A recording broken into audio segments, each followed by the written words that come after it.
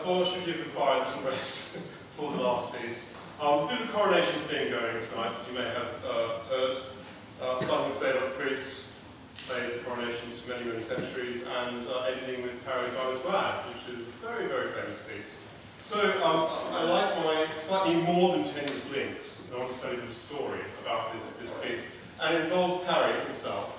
It involves William Mackay, who was the director of music at Westminster Abbey. Do you have a secret one? Westminster Abbey, director of music William Mackay, and Canon Howard Hollis. Now, Canon Howard Hollis was one of my mentors when I was at university in Melbourne, and he taught me a great deal about the tradition of the church music in our country here.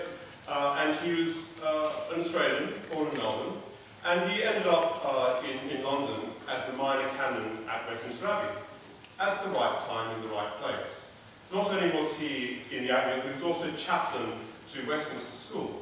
And as such, his job was to train the adolescent boys who sang the vivats during the piece I Was Glad.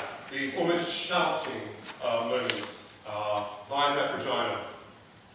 And many years before that, William Mackay, also born in Melbourne, was a treble chorister at Melbourne Grammar School, which is where I was head chorister 74 years later.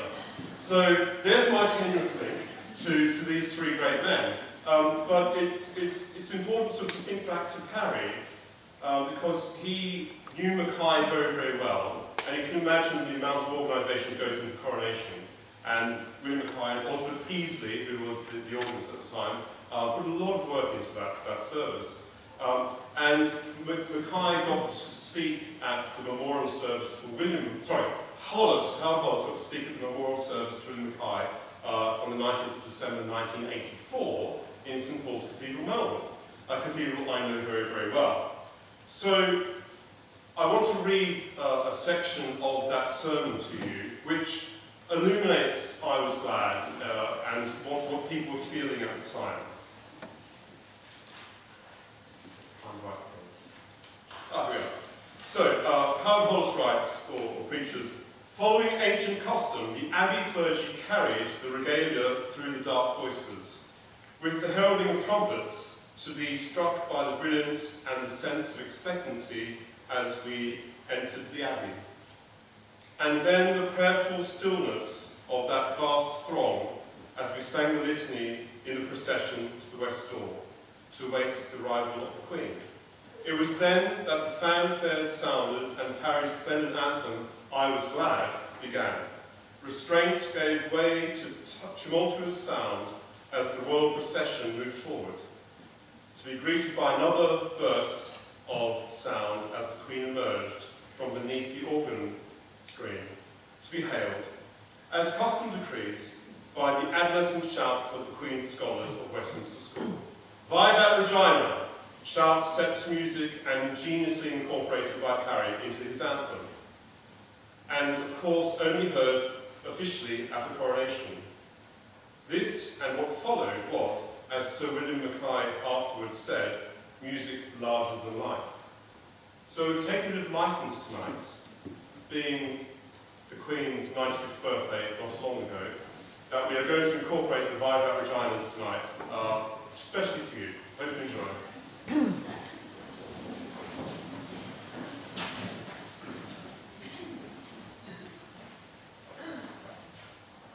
The choir have been saving their voice till now, so...